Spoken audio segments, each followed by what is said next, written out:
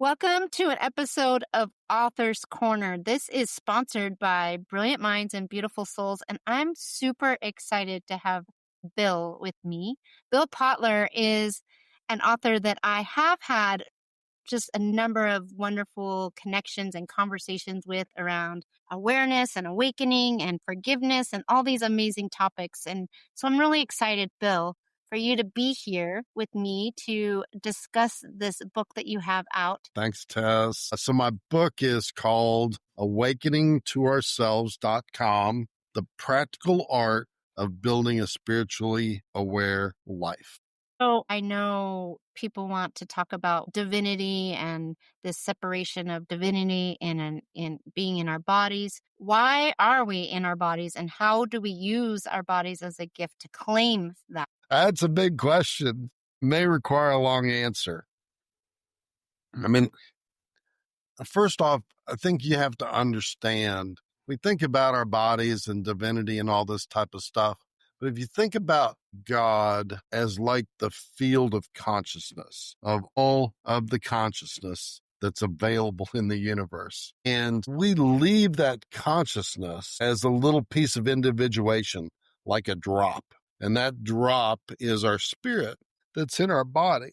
Okay. So we come into this world as an individuation of the greater consciousness. And we do that for a lot of different reasons. And I'll talk about that in a second. But you have to understand that that consciousness, that spirit of God, fills our bodies and animates us. Okay. And the word soul actually comes from the Latin word anime, which means to animate. Okay. So one of the things I love to tell people is that if the spirit of God, God's consciousness is inside of us, first off, we're connected to everything. Okay. We are connected to everything, and everything is connected to us. But when you have God consciousness, if that's what animates you, then all the power, the abilities, the attributes, if you want to call them that, of God consciousness resides in us all the time. Then, I think about Aladdin and the genie. We're these great big genies in itty bitty little body. Okay. So that's probably the first thing to remember, that we are animated by the Spirit of God. And so all the attributes of God live inside of us. And so we're very powerful. I think it's Marianne Williamson. She's got a beautiful quote. It's one of her favorite quotes. And I can't tell you off the top of my head, but it's like we're scared to be our powerful selves. It's much more beautiful than that, but it's out there if you look it up. But that's kind of the beginning. So to remember that. And then I want to explain for a second about why we're in bodies, how we can use our bodies, and what we're here to learn about. So first off, our bodies, obviously they're biological, okay, but they're animated by the Spirit, because if you think about, if you put your hands out here and you get your little index finger, and you want to move your index finger, all you do is think about it, and then it moves, right? Okay. That's spirit controlling body. Okay. And we do this all day long, and we take it for granted, which is so funny. But our bodies separate us from the universe, right? Okay. That is because our spirit's in our bodies. Our bodies are our shell that separates us from the all. And by the way, the word universe, uni means one, verse is song. Universe means one song. Okay. But these bodies limit us from the all. And so we're here in this lifetime for a particular experience, which I'm still getting to.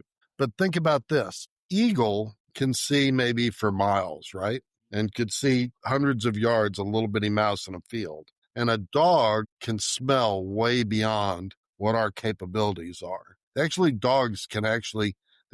dogs to smell cancer in and on people before it's even detectable. So you see how our body limits us from seeing and hearing everything. This is our limiter. In a car, it would be like a governor. It limits us from seeing the whole universe. So therefore, when we come into this world, we call it life and we treat it sometimes as a hardship, but it's really an adventure. When we travel to go on an adventure, right? And we know that when we travel, we're going to experience all these new beautiful things. But we also know that it's going to be uncomfortable because we're going to miss our train and we're going to forget our luggage and we're not going to have our favorite pair of socks or not going to be able to run over to the closet and pull something out. Okay. And that's the experience. And that's the experience that we have here on earth. It's just an adventure. And this lifetime that we think is so long in the realm of time of the universe is just like a flicker. So, but by coming into bodies, and this kind of ties back to the Adam and Eve story. The Adam and Eve story, they're in the Garden of Eden. They have all the benefits, the beauty, the everything. They want for nothing. Okay. And God says you can do anything up here you want to do, but don't eat of this tree. And now remember that Adam and Eve, this is a story.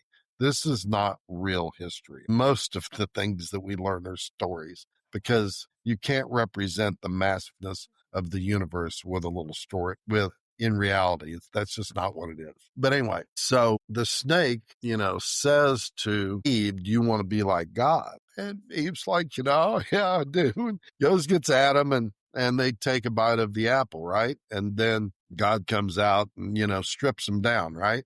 But the snake is God also. The snake has always been God in all of history. So it's actually God asking us, do we want to be like God, to know God? So to know God, you've got to separate from the ethereal consciousness of God and come into this realm or another realm, okay, to experience, let's just say, love, okay? How could you really experience love without experiencing hate? And how could you experience kissing somebody without these physical lips and tongues and things like that, or a hug, okay? Or know what it's like to be without unless you have hunger. And so by coming into this world, for one thing, we get to experience divinity, God consciousness in a less ethereal way, in a very biological way.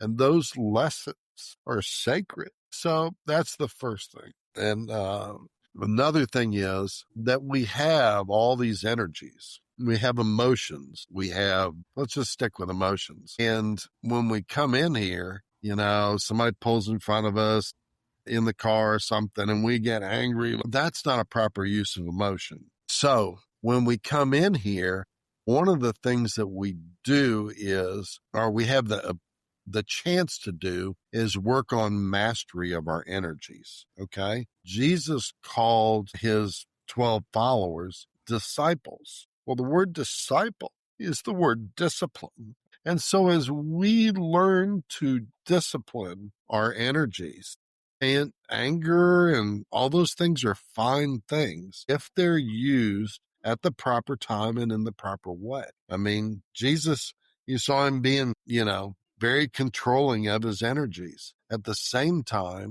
he went to the temple and flipped all the tables over and ran everybody out, I think with a whip, if I remember right. Now that's pretty aggressive, right?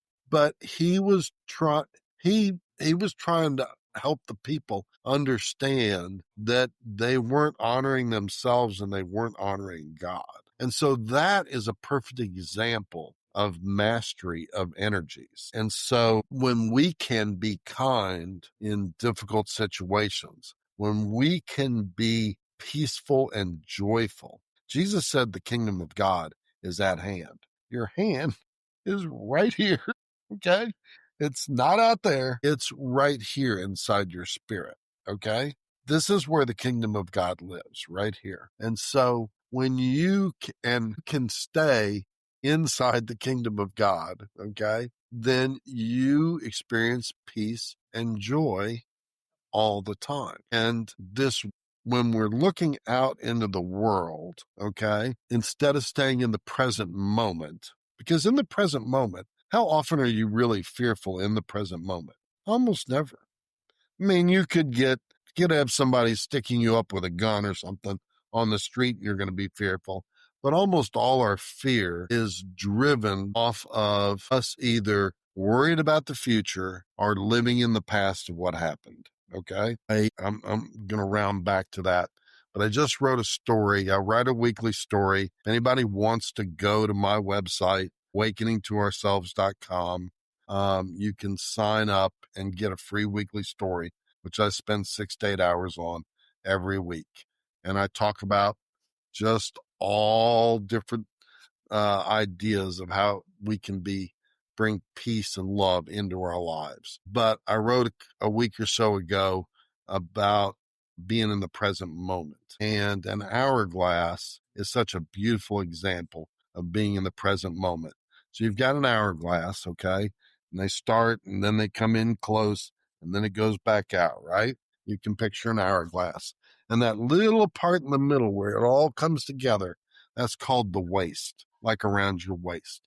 The waist pulls in. So the sand in the top of the hourglass is the future. Okay. As it drops through the waist and into the bottom, the sand in the bottom is the past. But the present moment is right there in that little middle part where those couple little grains of sand are dropping down. And that's the present moment. When you can stay in the present moment, okay, there really is no fear. We fear about not having enough money. We fear about our health. We fear about this. We fear about that. Jesus said, it was about 10, 12 times in the New Testament. He made reference to, do not be afraid. Don't be fearful, blah, blah, blah, blah, blah. Okay. I don't think Jesus actually said blah, blah, blah, blah, blah, but you know what I mean. But when you can stay in that present moment, that is the perfect moment. And that's the only moment that you can really experience. You can only experience this moment. And this moment's now gone. And now we're in this moment. And so one of the things that we learn here is we learn our power, we learn our divinity, we learn how to master our energies, okay? Because anytime you get mad at somebody, you are giving your energy away. And we only have so much energy in a day. And so anytime you're upset about anything, you are letting your powerful energy just dissipate, okay? But when you start to become a disciple, become disciplined, have mastery over your energy in your life, and you stay in the present moment, then you're going to be peaceful and joyful. And then you're going to experience the kingdom of God. I knew when I asked you that question that you would have a substance about it. And I appreciate how you took us through the why our bodies are here and how we have that divinity to experience love here and now. It is at hand, It is and at hand. our hands are right here. And thank you for the words and the articulating. We are animated beings, but we're also the emotional, like you said, and we also have time and we're limited by gravity, right? Earthly laws are very different than the spiritual laws. And this is beautiful for me to be in a space where I get to listen to experts like you have the different ways of saying things. I appreciate that you said, there's these stories that you go through all of history and all the different cultures, and everyone has a story for the same kind of thing. And I love the relevance, right, of what you brought today. The experiencing the good and the bad and making it an adventure and being able to apply it as an adventure because time is short, because it's 1 minute and then we're into the next minute. And Right? being able to master the minutes and honing in being present is the awakening, right? That is Mhm. when you can It is. use your senses, because our senses, you talked about senses a little bit. You only tapped into that a little bit, but even the dogs having the senses, and this brings us into my next question.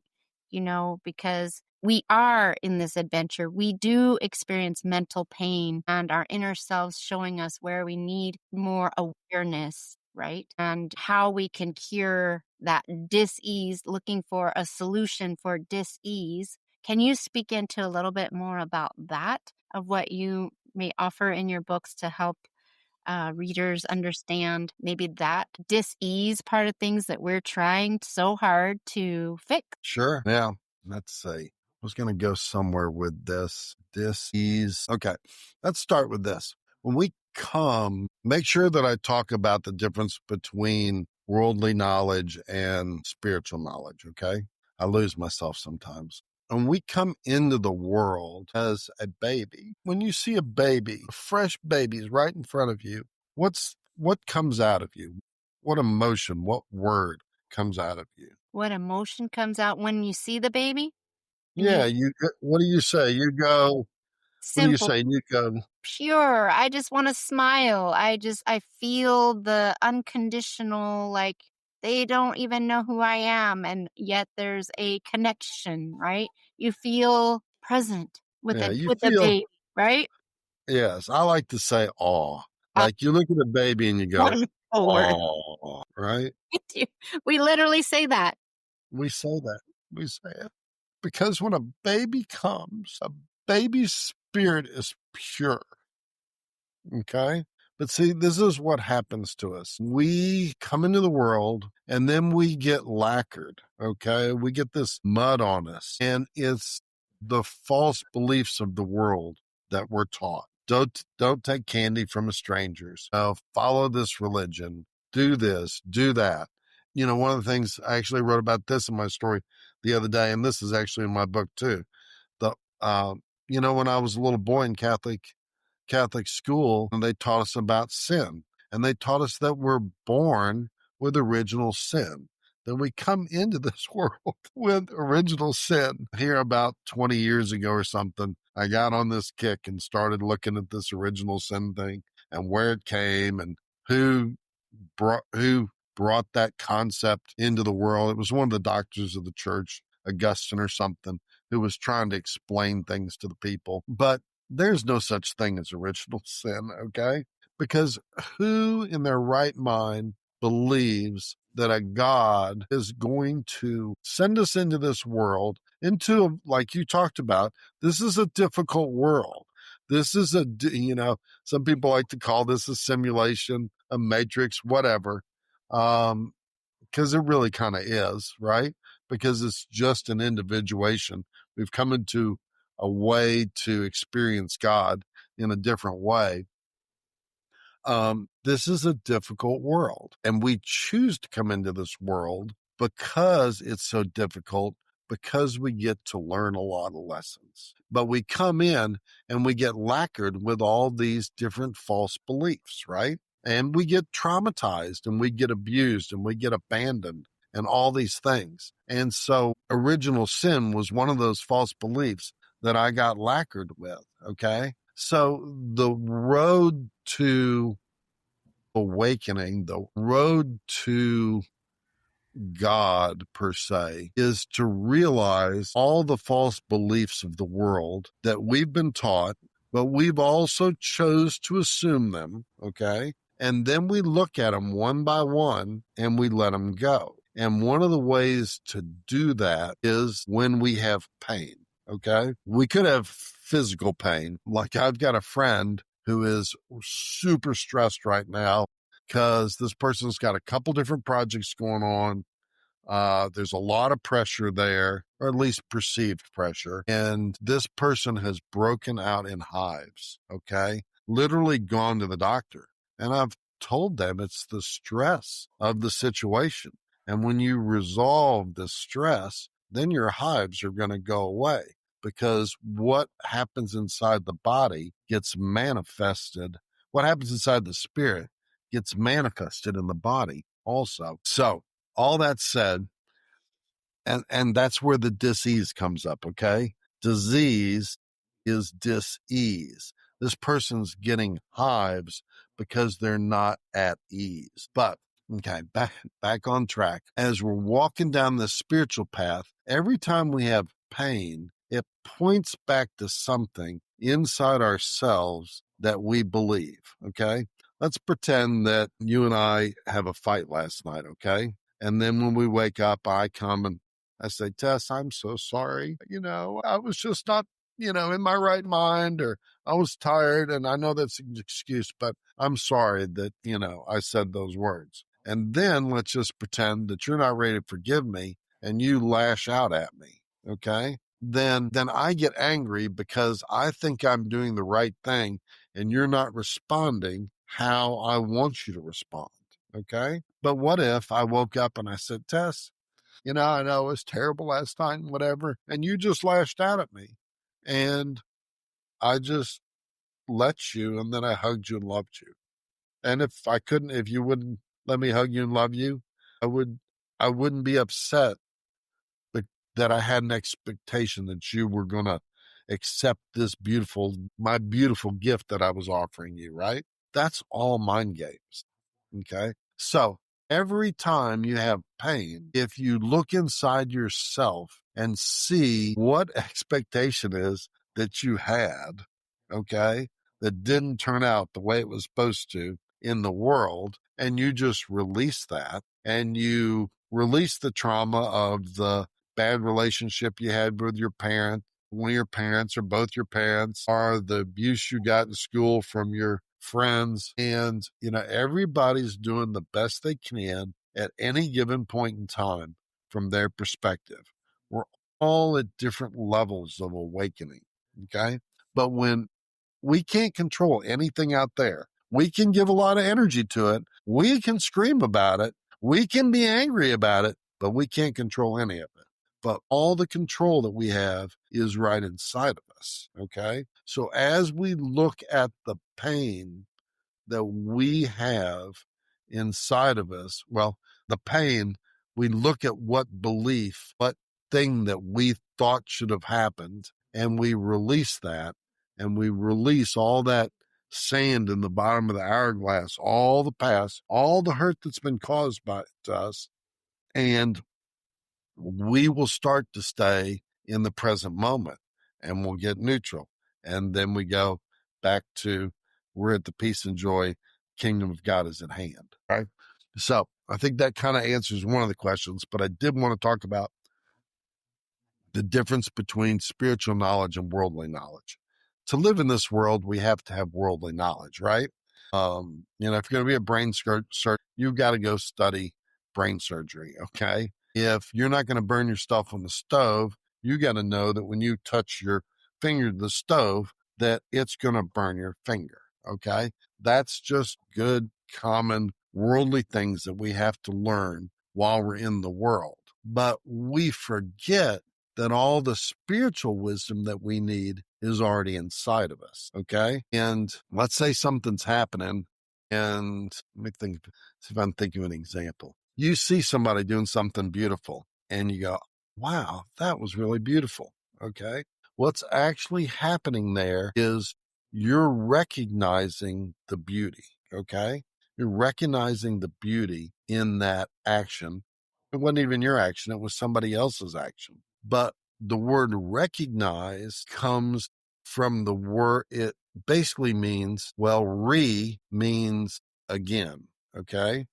And cognize is cognition, comes from the word learning. So you're learning again. So anytime you recognize something, what you're really doing is you're recognizing, you're relearning something that you already know in your soul. Okay, in your spirit. And so there are spiritual laws, okay, which we've been talking about, being peaceful and joyful and forgiving ourselves and all these things. And then there are worldly things, and they need to coexist. They're both important, okay? But the most important is your spiritual stuff, is lining all this up right here. Yeah, again, you have articulated and answered those questions so well. It comes back to mastering the ability to, it sounds like your book, I feel like your book is going to give a really good understanding of coming back to the present and practicing over and over to recognize those things that are beautiful and putting attention to what's good and what's right and what's just. I love the story of I love how you brought about the original sin, right? I too have fallen into a belief pattern that, um, you know, the Bible talks about being a sinner or a saint. That's a very confusing conversation. Am I a sinner or am I a saint? And I think there's in the worldly, maybe we are the sinner, right? But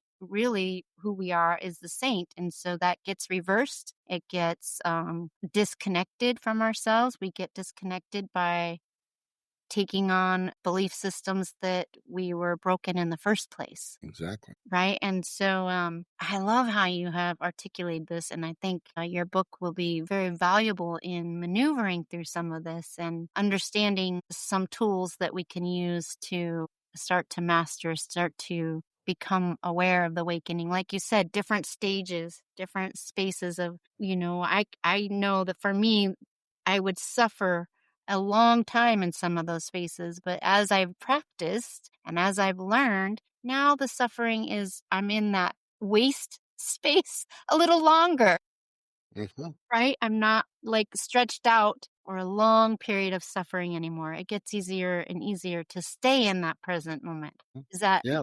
something that you could speak into? Like, I guess as we're practicing the awakening and being in different spaces, we are energetic beings. We talk about mastering this divinity. And I also see, there's also supernatural things that we're capable of and things that we're not capable of. I guess you can speak more into those spaces of when do we know that we're in that awareness or that recognizing. Maybe it's just like you said, when you see something beautiful, soak it in. It could be as simple as that, right? Right.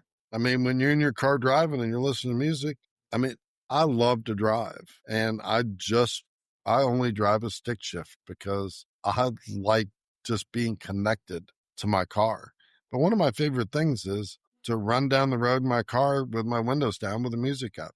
I've got my phone off, I'm just driving and listening to music. That's it.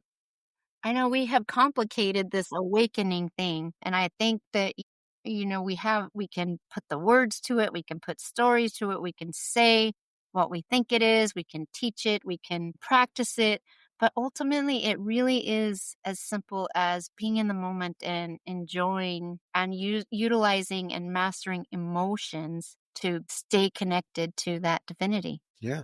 I mean,